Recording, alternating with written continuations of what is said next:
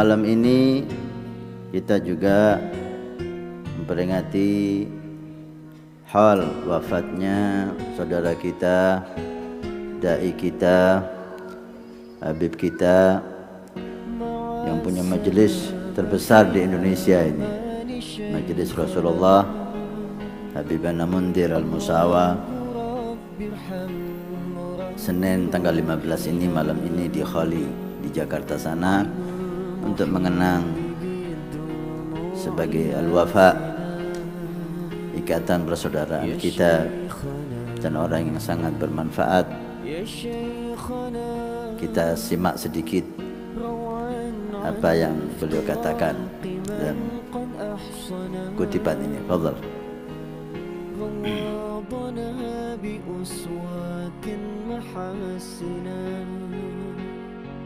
شرفه الله في جوار نبينا يا ربنا. Kelembutan dan kasih sayangku melebihi kemurkaanku. Allah mempunyai kemurkaan, namun kelembutan dan kasih sayang Allah lebih besar daripada kemurkaan. Kelembutanmu melebihi kasih sayangmu. Beri kami kasih sayangmu, jauhkan kami dari kemurkaanmu dunia dan akhirat. Ya Allah, Ya Allah.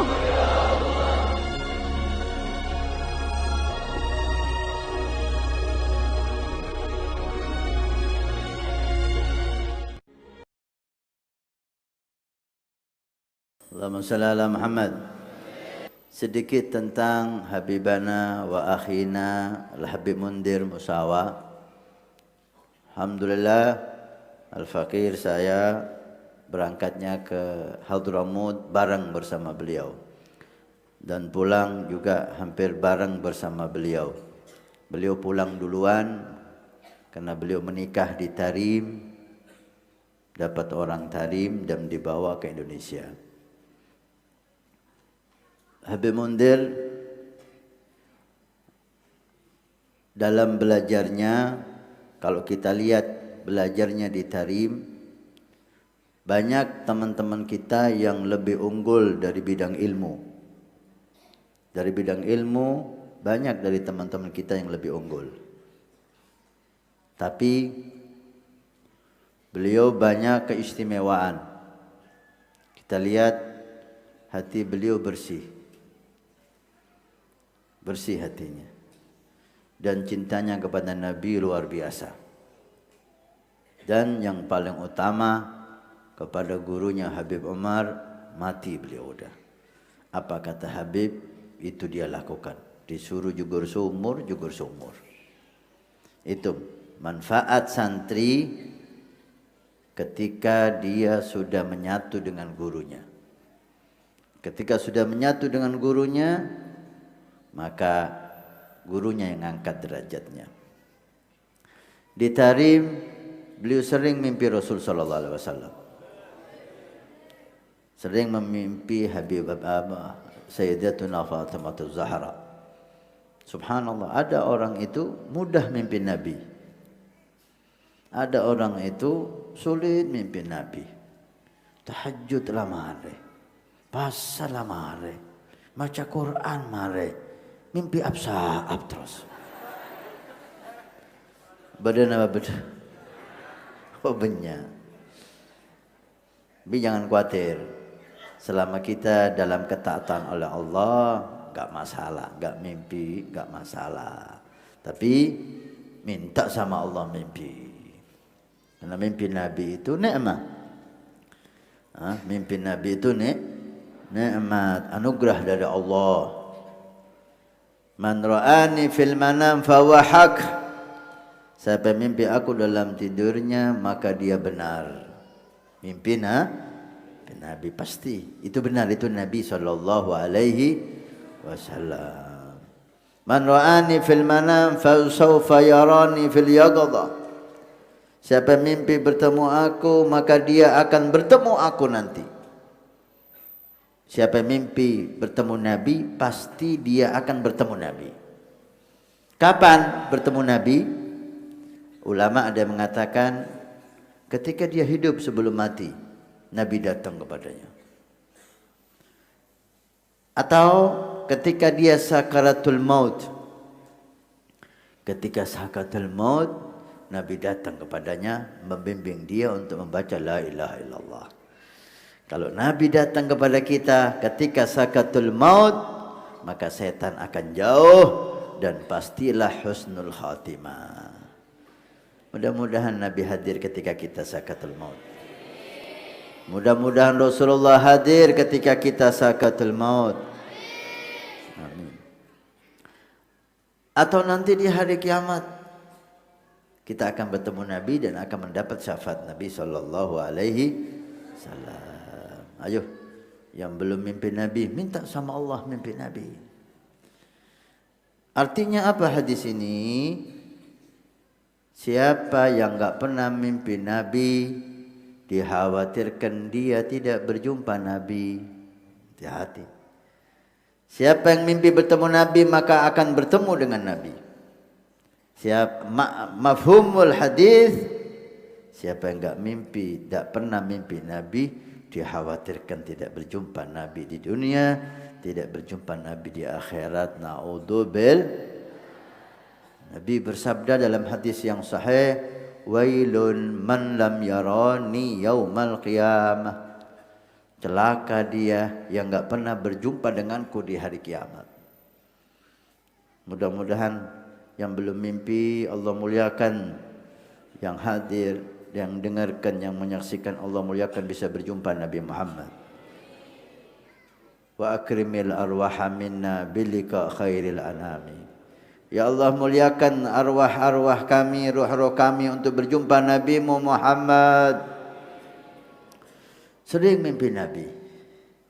Yang ajib, yang aneh, Rasulullah memberitahu kepada beliau kapan beliau meninggal.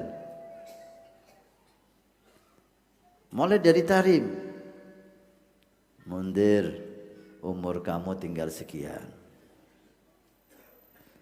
Dapat setahun, datang lagi Nabi, mundir, umur kamu tinggal sekian. Terus seperti itu, diingatkan terus sama Nabi. Mundir, umur kamu tinggal sekian, berkurang, terus diingatkan Nabi. Sehingga pernah teman-teman kita memberi masukan kepada beliau. Saat itu Majlis Rasulullah jadi majlis terbesar di Indonesia. Ratusan ribu orang yang hadir, bahkan jutaan. Masya Allah. Siapa yang enggak datang? SBY waktu jadi presiden datang ke sana. Dinasehati, dikasih masukan. Karena beliau itu enggak punya aset. Rumah enggak punya. Rumahnya ngontrak. Diberi masukan, Habib, pumpung Allah membuka rezeki. Kalau uang 1-2 M itu gampang bagi beliau. Bikin pondok, beli tanah untuk masa depan kamu dan anak-anakmu. Karena uangnya itu dapat dibagi.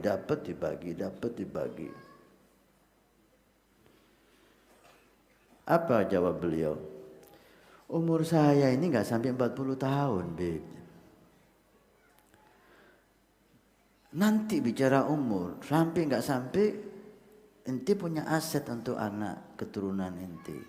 Enggak didengarkan. Terus sampai meninggal enggak punya apa-apa, rumahnya ngontrak. Sampai pulang kurang sehari, mimpi lagi Nabi, mundir, besok kamu meninggal. Besok kamu meninggal. Besok kapan ya Rasulullah? Besok siang. Sampai mendetail seperti itu ya.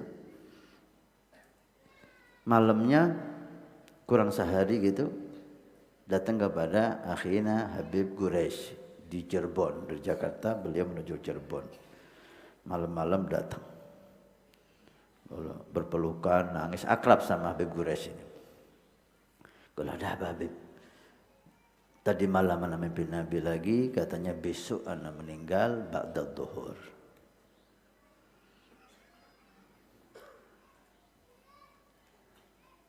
Habib Quraisy ini khawatir, ini benar apa enggak ini? Bib, apa? Karena akrab ini. Daripada ana sendirian mati, ana minta Rasulullah inti juga ya nemenin ana. Hah? Maksudnya inti apa? Ya ana ngomong sama Rasulullah, Quraisy juga Bib. Supaya kita sama-sama di alam barzah. Awas inti loh. Awas inti ngomong kayak gitu. Inti kalau mati sendirian. Akhirnya, ayo kita ke Tarim, minta syafaat Habib Umar dan Ahlul Zambal di sana. Boleh inti katanya besok mati, terus mau ke Tarim, mungkin dapat bonus 1-2 hari dah. Sampai Habib Quraisy ini bingung, ini bener apa guyon ini? Terus inti pulang dulu. Kalau besok siang inti masih hidup, kita ke Tarim. Wallahi akhir. Pulang besok siang, sholat, habis sholat di kamarnya, anak isinya dipanggil, cepat ciumi sajadah ini, baru saja Rasulullah sholat di sini. Masuk kamar mandi, nggak tahu jatuh atau apa, meninggal. Persis seperti yang dikatakan Nabi SAW. Umurnya nggak sampai 40 tahun. Semangat dakwahnya luar biasa. Beliau pernah buat acara pengajian dari Jakarta sampai Bali. Setiap kota dilalui bikin majelis, setiap kota dilalui bikin majelis, setiap kota dilalui bikin majelis sampai Bali. Sakit beliau. Banyak penyakit, mulai dari Tarim banyak penyakitnya, sesek penyakitnya. Udah kambuh, udah bisa kayak orang mau mati sudah. Sampai pernah di Pasuruan ziarah ke Habib Taufik, kambuh penyakitnya, udah mau mati, bingung Habib Taufik, bawa ke rumah sakit. Sampai Habib Taufik bilang, Habib Mundir tolong jangan ke Pasuruan lagi, udah ngerepoti ini. Semangat luar biasa. Sampai pernah hadir majlis Rasulullah dengan infusnya. Di rumah sakit di infus. Waktu acara majlis Rasulullah hadir dengan infusnya. Dibawa infusnya itu ke majlis. Masya Allah. Ketika kita lihat kenapa orang ini bisa sehebat ini manfaatnya. Ternyata satu resepnya. Sama gurunya luar biasa. Kalau ada uang itu dikasihkan Habib Umar semua. Dan yang kedua, hatinya bersih. Hatinya bersih. Mudah-mudahan derajat beliau diangkat oleh Allah. Berkat majlis Rasulullah bermunculan majlis di mana-mana. Mudah-mudahan amal ibadah beliau diterima oleh Allah. Masa hidupnya banyak yang enggak senang. Dipikir semua senang, enggak. Banyak yang enggak senang. Dibilang ini kah, dibilang itu kah, dibilang macam-macam. Tapi beliau gini mana? Enggak peduli, jalan terus. Tak ngosokan. Nah, gimana jadi dai, jadi ustad ngosokan. Tojuk baik kan? Tojuk baik bon.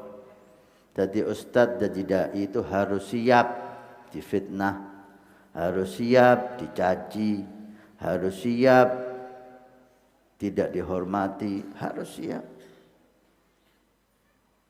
Kenapa? Sunnatullah, ini ketetapan Allah.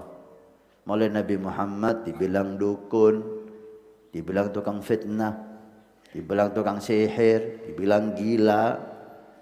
Sampai kepada aulia salihin, sampai di zaman kita ini. Tapi yang cinta juga banyak. Yang senang juga banyak.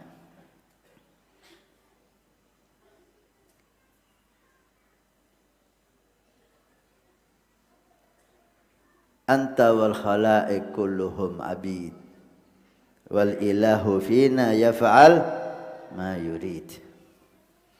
Semua ini hamba Allah, maka jangan diperdulikan, yang penting kamu bersama Allah, selesai.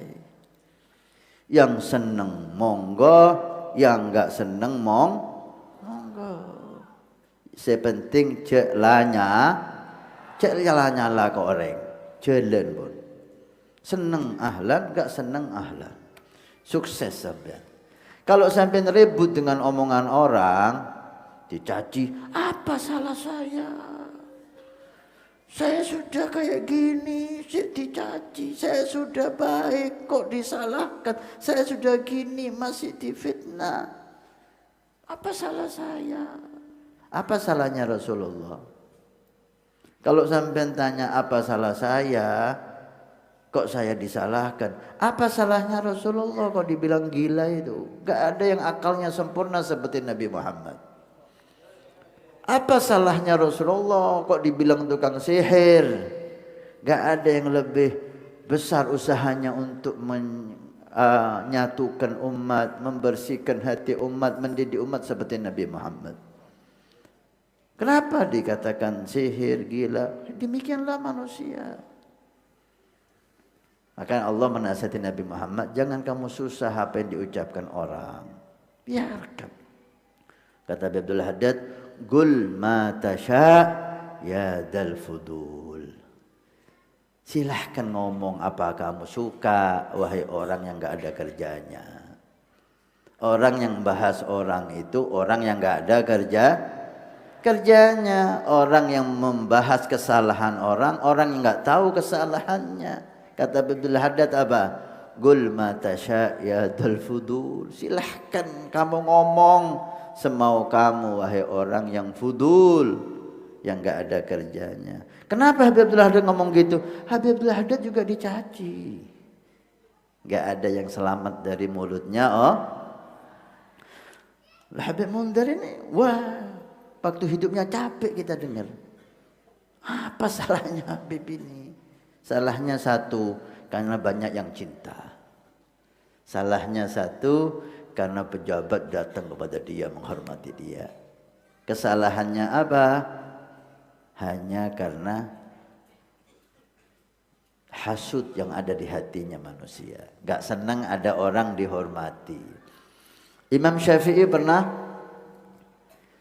santrinya datang.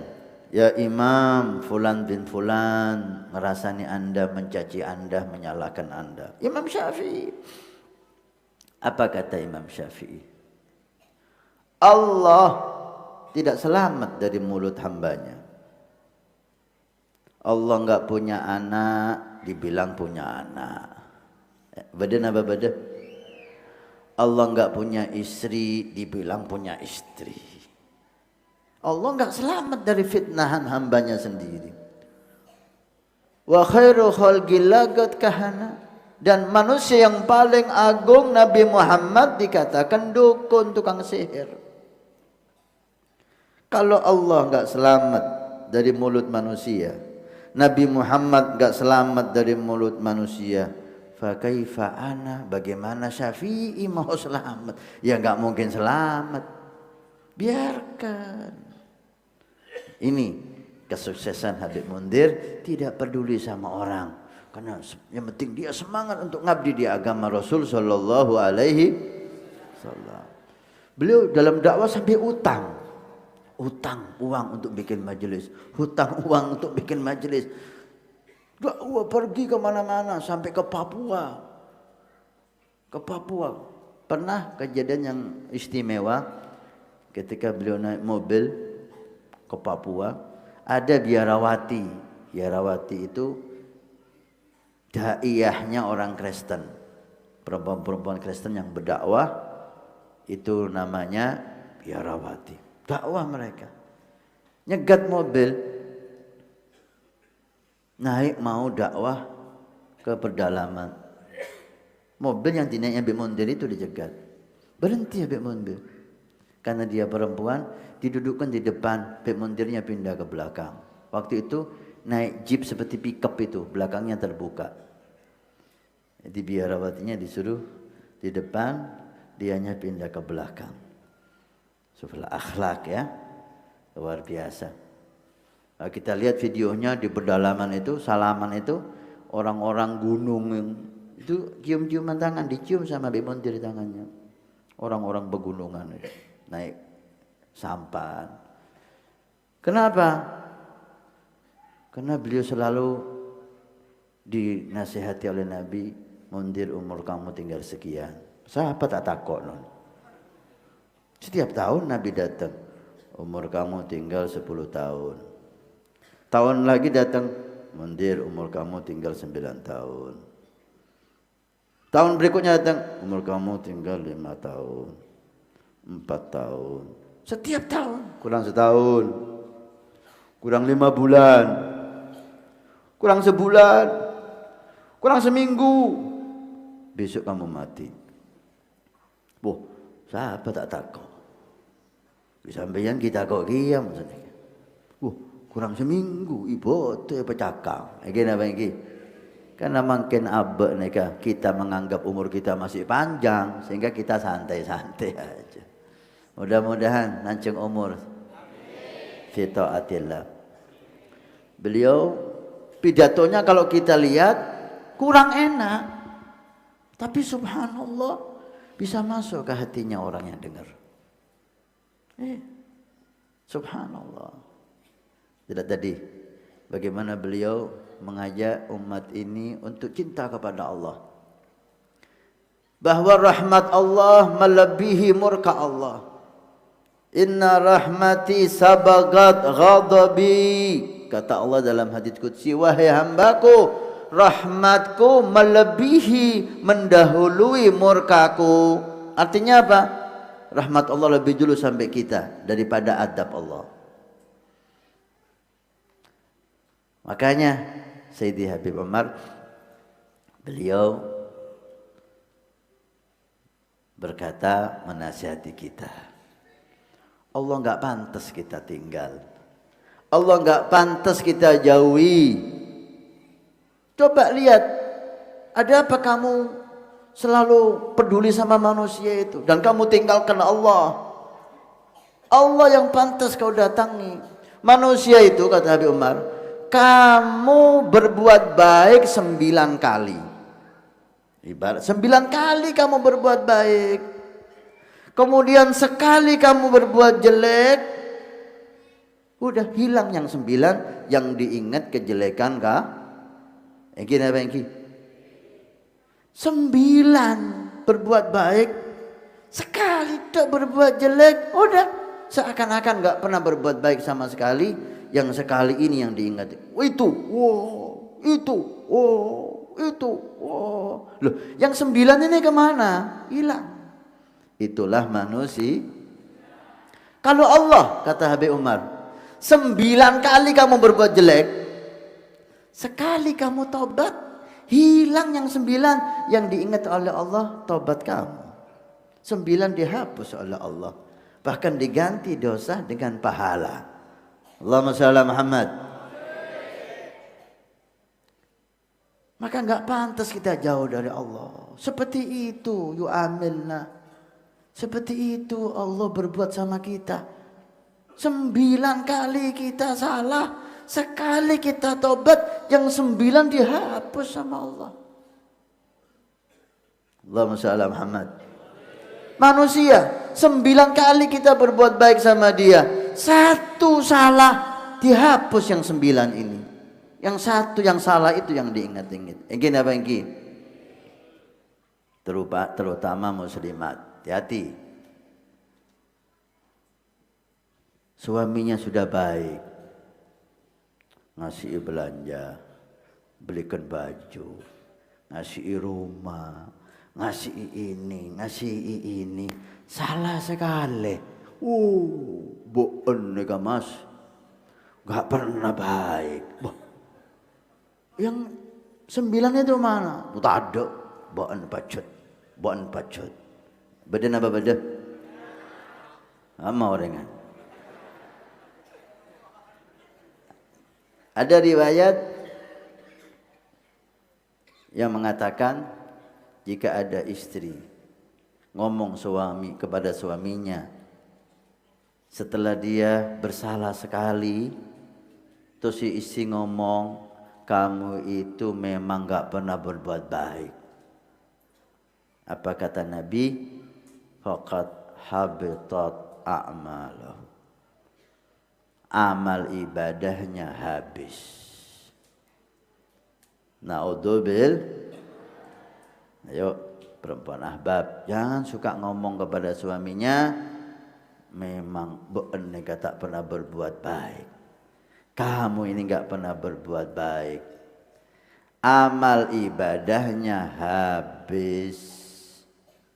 Puasanya habis. Qur'annya naudzubil. Ngosok yu tak napa. Ngamok ngamok. Biasanya kopi beri gula, beri buja bon. Orang ngamuk. Tapi cek ngocaan, jangan sampai ada yang ngomong ketika suaminya bersalah, kamu ini enggak pernah berbuat baik. Paham ya? Yang laki juga gitu. Jangan suka ngomong sama istrinya, kami ini enggak pernah bener. Apanya enggak pernah bener? Nyuci baju sampean siapa? Yang masakan sampean ini siapa? Yang rawat anak sampean siapa? Inilah manusia. Sekali salah, kebaikannya enggak tapi kalau Allah sekali bener, kesalahannya enggak dilihat sama Allah. Ini majelis dibuat untuk kita menjalin hubungan sama Allah, untuk tobat sama Allah, untuk menjalin hubungan indah dengan Allah Subhanahu wa taala. Mudah-mudahan majelis ini jadi majelis yang barokah.